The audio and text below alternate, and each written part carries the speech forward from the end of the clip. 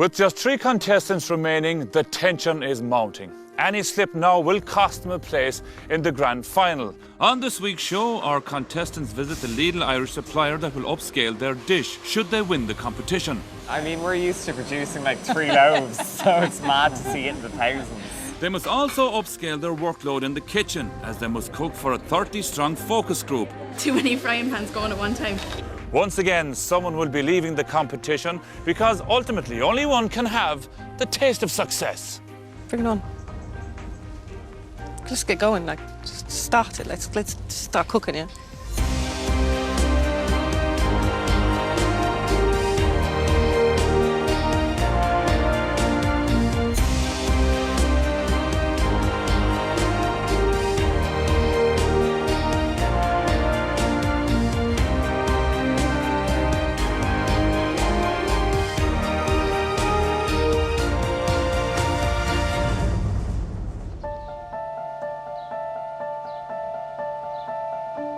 You are very welcome to the semi-final of the Taste of Success. Once again, our contestants will face the Lidl judging panel, but before that, a daunting task, which is the Lidl focus group.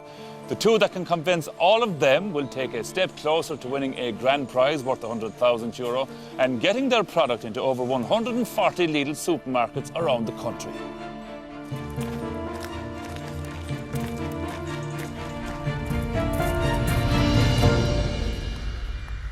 You're very welcome back to Cloughjordan House. As you well know, this is the semi-final of the competition.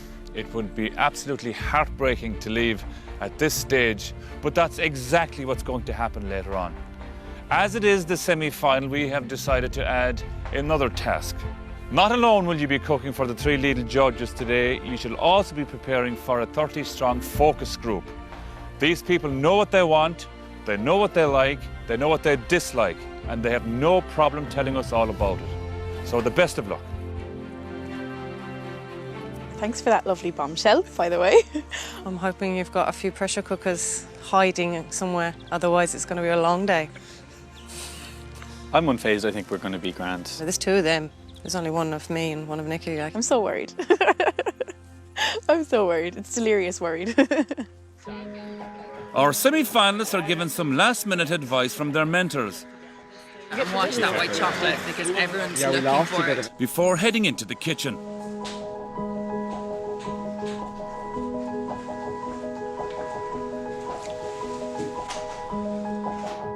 First up will be William and James's banana bread. So 14. Should we say 8 slices? So you want 30 pies? Are they having a burger each as well?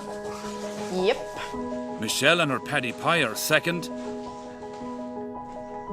And last but not least is Nikki with her inside-out burger. I'm going to have to ask you to move your flour if you don't mind, otherwise you're going to have beefy banana bread. The pressure soon tells on William as he makes a crucial error with the baking soda. Can't remember if I put in a spoon or which one I put in a spoon in. He'd murder me now if I did this. Got everything I need, I think. Hope so. Hope my maths are right, though. That's the only thing. As ever, the mentors look on, and they each discuss the week they've had in preparation for today. So Ross, how did you get on in the meat factory? It was interesting. We both actually learned quite a lot. I think today is going to be great for Nikki to see how her recipe can be made on a production line. Roz and Nikki meet Kieran Byrne from Liffey Meats, Lidl's fresh beef supplier, who takes them on a tour of the facility. I'm a bit worried maybe about what has to be changed to make it manufacturable, which is something I've been just thinking about, but I have no idea until I actually get inside and see how they do it. We put it through a frost machine to make sure the fat is right. If the fat is too high, we can lean it up, we can add more lean in. If we need to fatten it, we'll add in more fat. Nikki's burger has the cheese on the inside, so will this pose a problem when upscaling? Is there anything you think we'd come up against that it maybe won't be doable, or a big thing that we might have to change to make it manufacturable?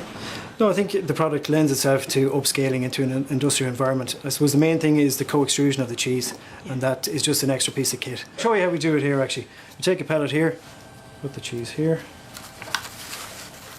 and a quarter pounder on top. And we use this great gadget here. Hey, presto. I think I need one of those for next week. Yeah, they actually look really handy here. Look at the puddings in the Nice. Yep. Here's the one we made earlier, guys. Let's cut it open and see. Oh, yeah. Look at that. Ah, yes. Now that's what we want. Yeah. And it looks delicious. We've taken the gluten out as Definitely a bit more of a kick. The cheese is fantastic. What cheeses are in this? we've mature cheddar and Gruyere. The best thing to do would be to stick with the 2 cheeses. Yeah, I like the cheese. I like the cheese mix. I think it's nice. Yeah, I really like the cheese mix. I suppose we're having a bit of a debate about the fat content of the bread. It's at 10% right now. I don't think it should go up anymore. When we tasted the product originally, we thought it was a bit dry. Fat content on that one is 18%. So we've tweaked your fat a little bit. A little. Well, I suppose the old adage is, you know, no fat, no flavour. So we built upon what was in the market, looked at what was on the market. The average is in around 20%, so we've still come in below that at 18%. Yeah, I think it's something definitely I need to think about. Roz was really, really adamant, keep it lean, and factory were like, no fat, no taste. So I stuck with the same content that I've always been using, which is approximately 10%.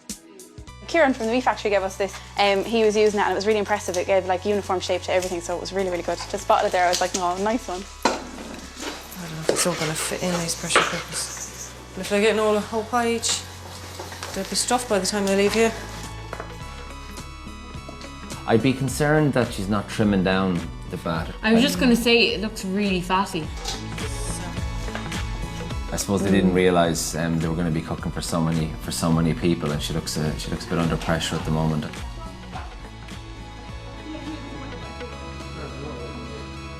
So how did your factory visit go? Oh, very good. They had a few suggestions. Did they get it to change much? A little bit. JP and Michelle visit Eman Foods in Tala County, Dublin. I think there's always going to have to be some compromise when you start making hundreds or thousands of pies, but to try and stay as close as possible to the original is what we want to do. The owner, Hyatt, gives them the grand tour. The largest number of pies I've made would be about 10. So it'd be interesting to see it in the thousands. Our ethos is that we actually make everything from scratch. We actually peel our own potatoes. There's a potato peeler there. We buy only fresh potatoes, and that's the difference. We don't use powders. We're not using premixes. So this is our packing area. Right now in those machines we have a little product. They then meet Richard, the head of product development. We've got the original recipe and we've created our prototype. So I'll just get that with you and you can taste it. Did you think there were any challenges? On our initial tasting of it, we thought the mustard was a little bit strong. The mustard resonates. It's not as kind of in your face and that. The meat, perfectly tender. It's exactly how I imagine it and how I've been doing it. In struggling to get knuckle during certain times of the year, so we've used brisket here. So you think it would have to be brisket if it was to be like a year-round product? Year-round product. Okay. I don't have a problem changing from knuckle to brisket. My kids are very difficult eaters and I can see them eating it. So Change the meat to brisket. It's probably something we'll have to take on board. I think it'll probably be one of those things that will like to show we made an effort and listen to somebody. I had a bit of experiments at home just to see if it changed the quality of it, changed the flavour, and it hasn't, so I'm confident. In the kitchen, tension is mounting and the banana bread isn't the only thing that James is stirring. My dad's a builder and I used to help him every summer, so I'd be lifting bricks and wood and things like that. Let's just say if we go to the shops, I'm the one carrying the bags home. I'm usually buying though. I have the money power. Fight is going to break out. Yeah. So Dominique, how'd you get on in the factory visit? It was great. You know, I think making something like the banana bread probably is less of an ordeal. You know, it's just like the bakery is well used to making this kind of thing. I hope it bears some resemblance to the bread I make, but I'm sure it will. There will be some changes and there will be some compromise, and that's what they're going to have to focus on. Dominic and the boys travel to Carlow and are shown the bakery by Brian Seary. This is our production area, so this is where all of the cakes are filled. And about how many cakes would you make per day? On an average day, Dominic, we'd make about 25,000 cakes. Wow. Yeah. 25,000. That's insane. The way we work, like we make a banana cake already, but we use a banana puree as opposed to ripened bananas. The T-Brack is our #1 selling product. We make about 2 million of them a year. We sell them as far away as Australia. So this is the scale. This is where your product would be produced. Cool. So this is the size we're talking for our banana loaf. Well, this is our typical size. Yeah. I mean, we're used to producing like 3 loaves, so it's mad to see it in the thousands. They then meet Anne, the head of development, to discuss the lads' banana bread. Hi guys, you're very welcome. So as you can see, we have done some trials on the baking of the product. As you can see here, the product is a little bit, it's much better in colour. So that's a much more attractive kind of golden brown, isn't it? Yeah. Will we cut into it so we can see the dispersion? Oh yeah. Oh wow, yeah. That's very even, nearly to the point that you can't see any of the chocolate chunks. So the chunk's a lot smaller in this. Just to get an even dispersion, the chips might be better. I think to actually make sure that it's evenly distributed is probably key. And I guess these are the kind of compromises that you guys are going to have to think about. The size of this product, what we would like to do is actually have it more in line with the Lidl product. So size for us was never really an issue. The bake is really good and how it looks is good. Yeah. And overall it has a nice taste, I think. We're definitely on the right track. I think that's the thing. We kind of have to take I all find these it really tips on difficult board. to let go of like something that I've spent so much time developing and to see something that's a little bit different or tweaked is sort of hard for me. The guys, you know, there's 2 of them. It's an unusual situation. We don't want there to be a domestic to happen right before the final. Coming up in part 2, the Lidl focus group arrive. And there's so much tension, even the pressure cookers can't take the pressure. So what happens to me, innit?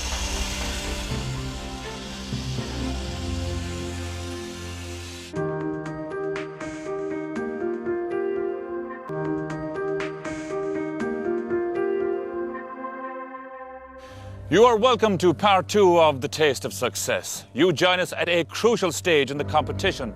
Our 3 remaining contestants are about to face their toughest challenge so far.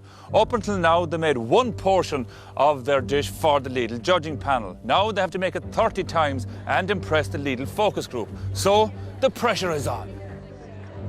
In part 1, we saw each of the 3 contestants visit their potential Lidl supplier. But what did they learn from that experience? We've definitely moulded our bread into more of a factory shape. We've stuck to our guns with ingredients. I'm not using the knuckle anymore, I'm using brisket. So we'll see now with the rest of the public and the judges, see if they like it as well, because at the end of the day, it's them that's going to make the decision. So It's my last chance to really push it to them, and it's the only time that I'm going to get to see what the public really thinks, so I want to give them the best that I can too. Not that they need it, but Paul drops in and reminds them of what's at stake. You have a busy day. we do, yes. So guys, there's more than just our opinions to be taken into account today, and we're going to take their opinions into consideration in a big way. Of course, I'm piling on more pressure, but that's what today is all about. Can you work under pressure and upscale the product? Listen, but best of luck to all of you, okay? We'll see you later.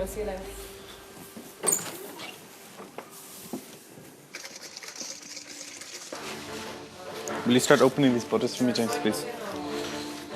All of them? Yeah. I need butter, okay? I can do that, just open them. Yeah, I've got my beef on. That was the biggest struggle. William seems to be ignoring the advice of the factory on the size of the chocolate chips. And they also seem to be ignoring their mentor's advice. Little footering in a bit of flour and overworking the mixture. Put all the flour in. Keep on going. Come on. Oh, yeah. A little bit more flour there. Yeah, I think you should stir a bit more. I am going to kill them. And they're still mixing. They should have been done mixing 5 minutes ago.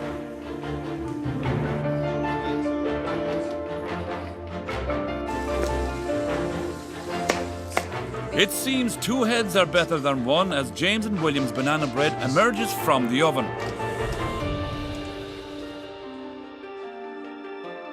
With 1 final sprinkle, James and William declared themselves ready. Yeah, we're pretty happy with the consistency throughout. They all look the exact same, which is good because we don't know what slice the judge is going to get, you know. Oh, nervous. Nervous, yeah. It's torture that we can't just watch them as they eat it. I'm imagining everyone just spitting it on the floor. You just think the worst. The focus group is divided into 4 tables with a judge on 3 of the tables observing every comment. Tuck in, guys, go for it. And a spoofer on the other. What's your first impressions? The crust is nice. I can't say I taste the white chocolate in Yeah. my piece. Maybe I just didn't get a piece in mine. Did everyone get some? I don't think I did either. You had it in the mix at the start, rather than adding it in at the end. Yeah, I noticed that. I think it's perfect.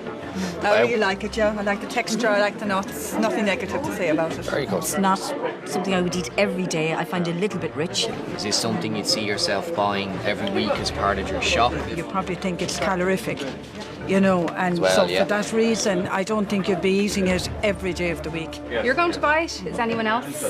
So we're kind of divided. 50-50, is it?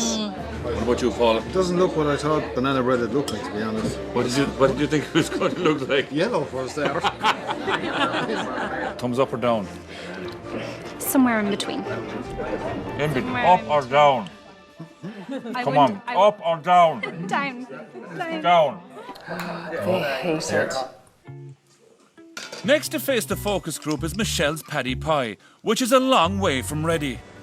All right, she's seems to be putting in some English mustard. Did she have that in last time? I don't think so. I don't think so. That's going to give it a real kick. She's changing it a lot. While Nikki's burgers are taking shape, it is professional chef Michelle who is feeling the pressure. So what happens to me, innit? I need to speed up a little bit. I'm going a bit too slow with this.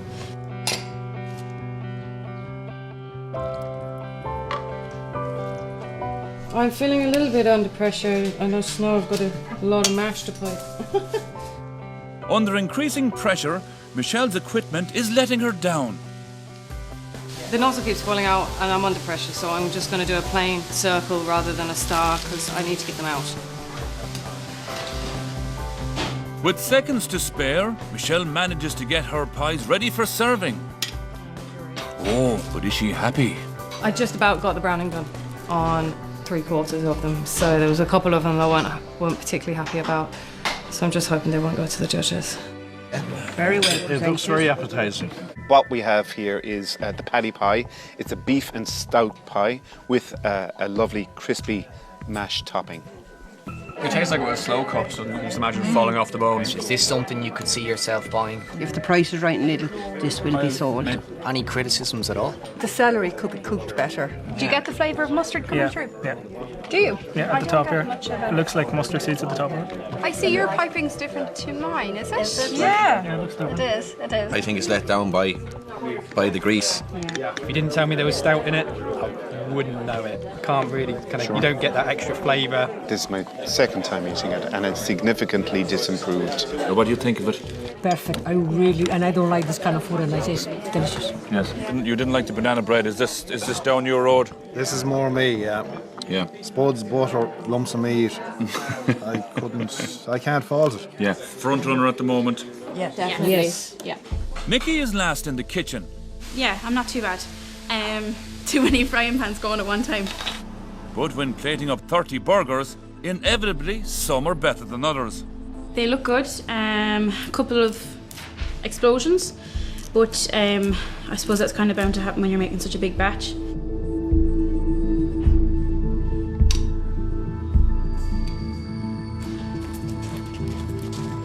I can't believe they're all gone. Thank God they're all gone.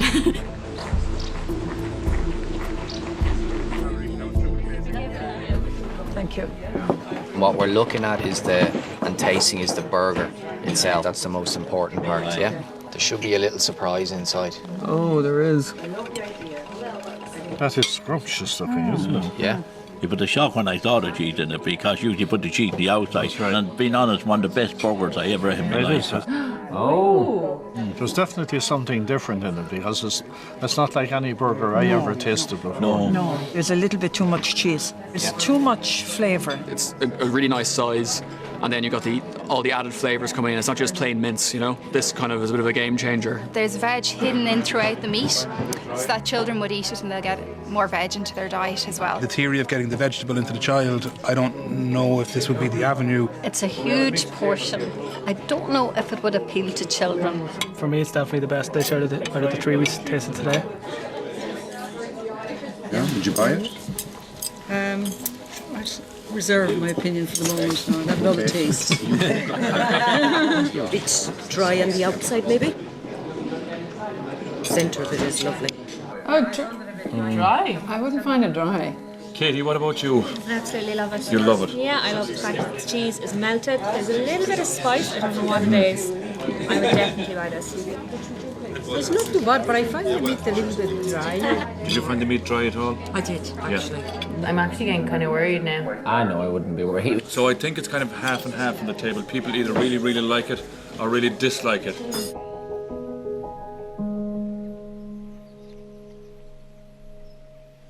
You're all only one step away from making the grand final, which means you're only 2 steps away from a grand prize worth €100,000. Unfortunately, one dish will come to the end of the road.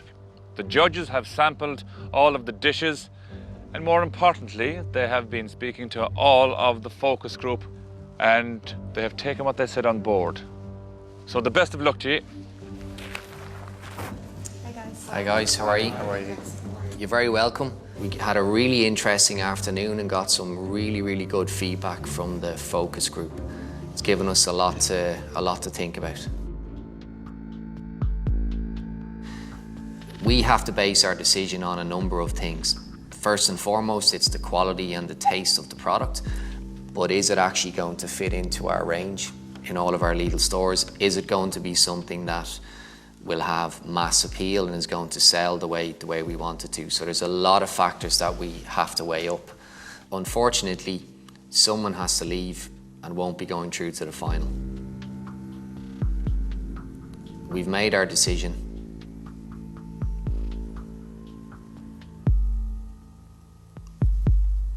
Nikki, I'm sorry, but you won't be going through to the final. Thank you very much. Sorry, Nikki.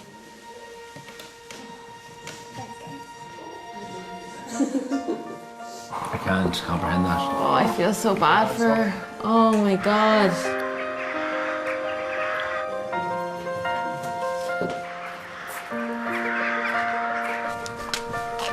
Oh, Nikki. Oh, I really didn't think that was going to happen. Congratulations, you're through to the final. I suppose like if I had a bit of better experience, I might have maybe been able to do it better. But I'm so surprised. I honestly thought I was going out. I'm so surprised. I thought it's bloody delicious. Yeah. Cooking for 30 people, it definitely grated on both of us a bit, so there was a few little mini spats between us, but like nothing I that... can be quite bullish when I'm like sort of... Yeah. Yeah. And he's not a great communicator either, so it's I kind of have to just be like, oh, okay, yeah. I have to kind of translate his nods. We're all friends now, though. But yeah. It was a buzz. Yeah. We had so much fun. And listen, we're mates now. And we're going to go off and eat burgers for the rest of our lives. Yeah. And that's grand. Yeah, perfect. I am over the moon. I just eager to correct it and get it done properly. Do you know? I just need a drink. I'm delighted I took that. And best of luck to the guys because the two of them absolutely deserve to be where they are now. And it's going to be a really, really tough final. So Michelle and the Corribini boys have made it to the final of this year's Taste of Success, which means we have Domini versus JP 2 years in a row. Let us know what you think about all of that on Facebook and on Twitter. Next week, the finalists enter Paul Flynn's domain, as they must cook for their toughest audience imaginable, all their former competitors. This is good. I don't find it very appealing now, to be honest. And we reveal the winner of the Taste of Success 2016. It feels like the Leaving Cert times a million. Brother and sister Rory O'Connell and Dorina Allen serve up a sumptuous feast of desserts tomorrow on A Simply Delicious Christmas at 7:30. And later tonight, Sally is worried about Rose as she is preoccupied with Dreyfus's absence on the final of My Mother and Other Strangers.